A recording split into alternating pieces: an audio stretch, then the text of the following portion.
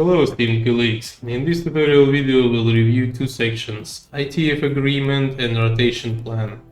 Since ITF Agreement section is very small, we'll start from it. You can access this section either from homepage or from left side menu.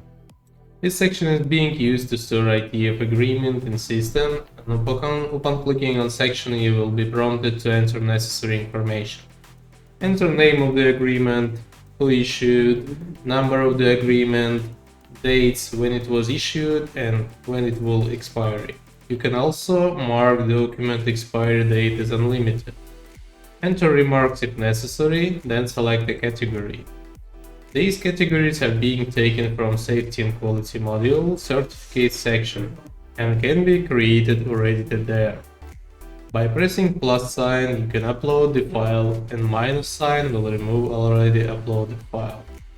Verify the file by ticking file is actual and up-to-date checkbox. Fields last modified by and last modified date are filled automatically. Finally, you have two options: send file by email or save changes.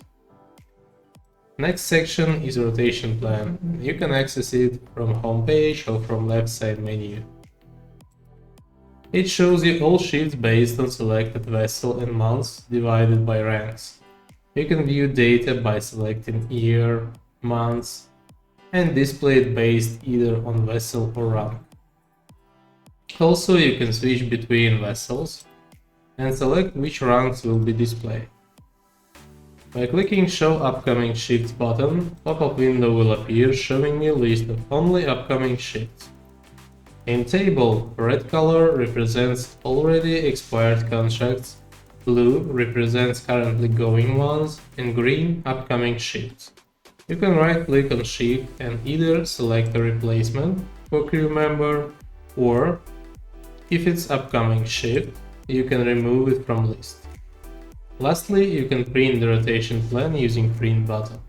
Hope this information was helpful. Subscribe to stay tuned, and thanks for watching.